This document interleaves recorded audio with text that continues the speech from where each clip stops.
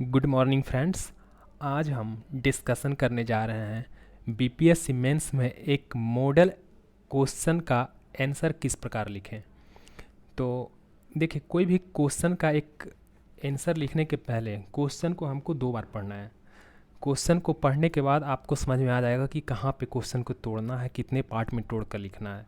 तो उसी के हिसाब से हम आज शुरुआत करते हैं कि कैसे करना है कोई भी क्वेश्चन को। सबसे पहला क्वेश्चन को, आज का ये सेगमेंट जो है जीएस पेपर 2 का पॉलिटी पार्ट से लिया गया है क्वेश्चन, जो 63rd बीपीएससी में पूछा हुआ क्वेश्चन है। स्वतंत्र और निष्पक्ष चुनाव के संचालन में भारत के निर्वाचन आयोग की भूमिका की गंभीरता से जांच करें और इस संबंध में चुनावी पहचान पत्र किस उद्देश्य से कार्य करता है। तो क्वेश्चन को 3 पार्ट में तोड़िए। पहले चुनाव आयोग क्या चीज़ है, चुनाव आयोग का डिस्कशन करना है हमको। उसके बाद में चुनाव आयोग का कार्य क्या है, भूमिका क्या है हमारे यहाँ चुनाव कराने में, और पहचान पत्र का उद्देश्य क्या है, इसका क्यों मतलब इसका उपयोग होता है वोटिंग के समय में। तो क्वेश्चन को समझ जाने के बाद आंसर लिखना बहुत आसान हो जाता है। और जब भी क्वेश्चन को लिखना है तो उसको 3 पार्ट में तोड़ के लिखना है। उसमें 3 पार्ट में इस तरह से तोड़ना है। इंट्रो पार्ट लिखना है सबसे पहले, उसके बाद में बॉडी पार्ट लिखना है, बॉडी पार्ट के बाद लास्ट में हमको कंक्लूजन लिखना है। और कंक्लूजन जब भी लिखेंगे तो एक पॉजिटिव डायरेक्शन में लिखेंगे। ऐसा नहीं कि उसमें हम बुराई कर दे, बहुत सारा चीज़ निगेटिविटी भर दे, ऐसा कुछ नहीं होना है। तो चलिए शुरुआत करते हैं। इंट्रो पार्ट से है। देखिए, लिखा हुआ नहीं कि यहाँ परिचय या भूमिका लिखना नहीं है। आप उस तरह से क्वेश्चन को फ्रेम करेंगे कि वो अगला को जांचने वालों को लगे कि नहीं, क्वेश्चन को एक सही वे में आंसर किया हुआ है। तो चलिए शुरुआत करते हैं। भारत का चुनाव आयोग जो है, भारतीय संविधान का अनुच्छेद 324 में देश में निर्वाचनों के लिए मतदाता सूची तैयार करने, चुनाव के संचालन की प्रक्रिया, निर्देशन की व्यवस्था किया गया है। यह एक स्वतंत्र निर्वाचन आयोग के गठन का प्रावधान करता है, अनुच्छेद 324। जब भी कोई आंसर लिखना है हमें, तो उस आंसर में हमको कोट्स करना है, कोई आर्टिकल कोट्स करना है, या कोई दूसरा क्वेश्चन लिखना है तो उसमें नीति आयोग का रिपोर्ट को कोट्स करना है, या फिर गरीबी पे लिखना है तो हमको जो वर्ल्ड बैंक क्या बताया है, बहुत सारा जो इंटरनेशनल डाटा को भी इंक्लूड करना है। तो चलिए शुरुआत करते हैं। भारत का निर्वाचन आयोग एक 3 सदस्यीय संवैधानिक निकाय है, जिसमें एक मुख्य चुनाव आयुक्त तथा 2 चुनाव आयुक्त होते हैं। भारत के राष्ट्रपति मुख्य चुनाव आयुक्त तथा चुनाव आयुक्तों की नियुक्ति करते हैं। और आयोग की स्थापना है चुनाव आयोग की 12 जनवरी 1950 को हुई थी। 12 जनवरी 1950 को हुई थी। संवैधानिक उपबंध भाग 15 में है इसका, और अनुच्छेद 324 से 329 तक का इसमें चर्चा किया गया है। निर्वाचन के कार्य क्या क्या है। निर्वाचन के कार्य हैं मतदाता सूची का निर्माण करना, चुनाव के समय में कार्यक्रम तय करना कि कौन सी पार्टी कब कब प्रचार प्रसार करेगी, कितना दिन का टाइम मिलता है। अब देखिए, वर्तमान समय में जो है राष्ट्रपति जी का चुनाव होने वाला है, तो उसका भी अधिसूचना जारी कर दिया गया है। तो हर चीज़ का डिस्कशन जो है वो चुनाव आयोग तय करते हैं कि कितना दिन में क्या करना है।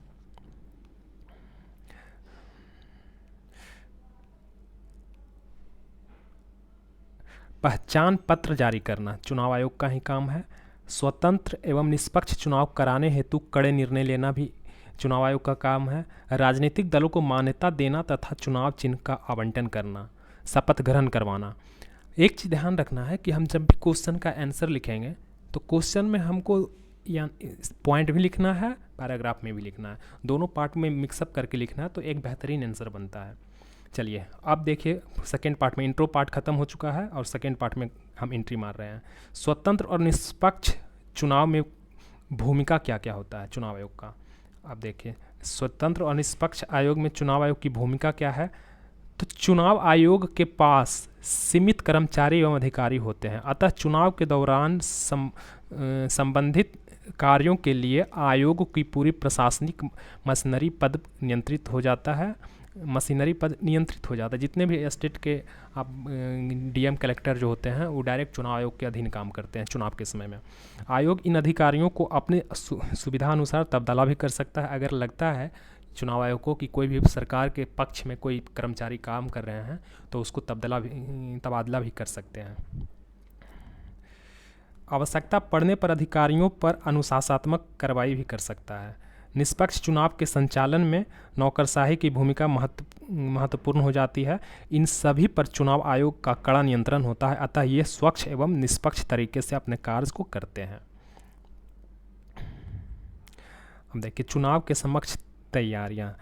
चुनाव के समय में क्या क्या तैयारियां होती है, इसका भी पॉइंट में ज़्यादा लंबा नहीं टालना है, नहीं तो लगेगा कि बात बनाया है और आपको नंबर नहीं मिलेगा।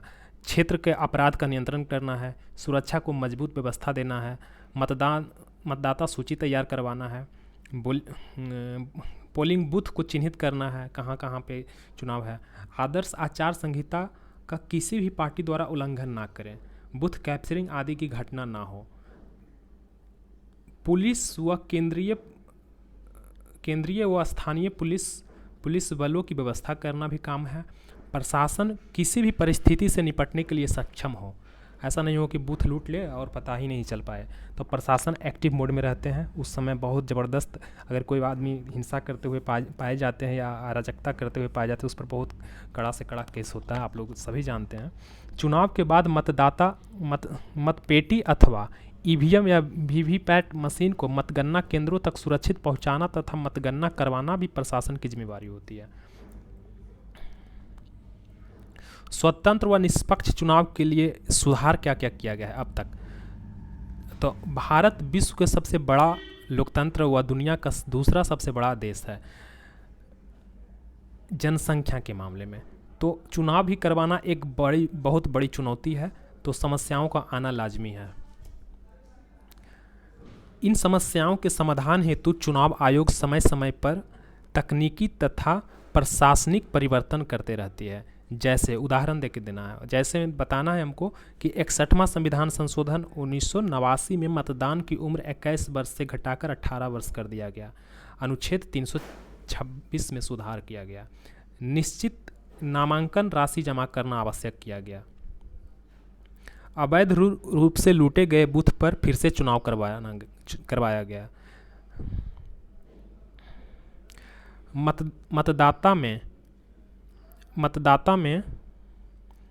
मतदान में ईवीएम का प्रयोग, क्योंकि इसमें मतगणना तेजी से होता है, पर्यावरण की सुरक्षा होता है, धन की बचत इत्यादि होती है। बहुत सारा बूथ पे अगर कागज़ का व्यवस्था होगा तो बहुत सारा कागज़ से पेड़ से कागज़ बनते हैं, इसलिए ऑनलाइन व्यवस्था ज़्यादा व्यवस्थित हो गया है और बहुत जल्दी ही तेज़ी से चुनाव की नतीजे आ जाते हैं। निर्वाचन संबंधी याचिका की शीघ्र सुनवाई। पिंक बूथ चर्चा में, उसमें करंट से ज़रूर रिलेट करना है क्वेश्चन को। पिंक बूथ महिलाओं की भागीदारी बढ़ाने के लिए जो है पिंक बूथ की शुरुआत किया गया है। विदेश में रहने वाले भारतीयों के लिए वोट देने की सुविधा की गई है, व्यवस्था करना। चुनाव में भी पैट का प्रयोग भरोसा के लिए किया गया है। 25 जनवरी को राष्ट्रीय मतदाता दिवस मनाया गया, जिसमें 25 जनवरी को राष्ट्रीय मतदाता दिवस मनाया जाए, जिससे युवाओं का रुझान बढ़े चुनाव के प्रति।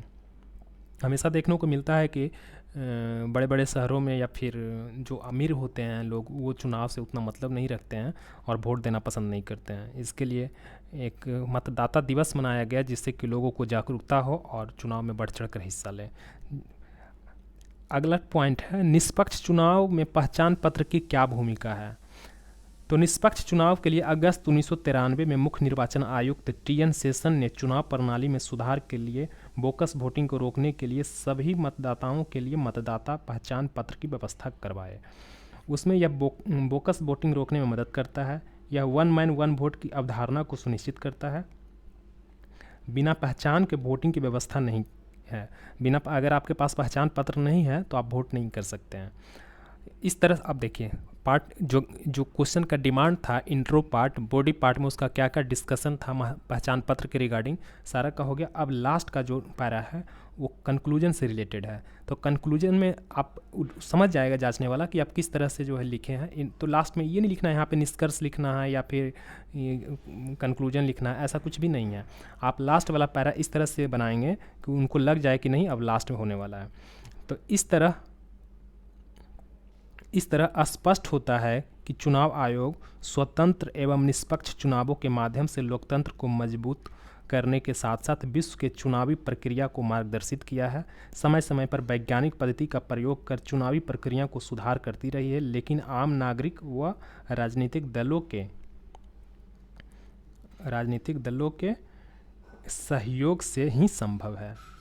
तो बस यही क्वेश्चन था दोस्तों, और हम एक क्वेश्चन का डिस्कशन डेली करेंगे, ये PDF फॉर्मेट में करेंगे, और ये मेरा खुद का बनाया हुआ नोट्स है। मैंने बहुत क्लास करने के बाद, बहुत रिसर्च करने के बाद सारे पॉइंट को ऑब्जर्व किया है, और हमें लगा कि आप लोग के साथ शेयर करना चाहिए। और एक क्वेश्चन मैं प्रतिदिन करूँगा। अगर मेरा ये पहल अच्छा लगा तो ज़रूर मेरे वीडियो को लाइक, शेयर और सब्सक्राइब कीजिए।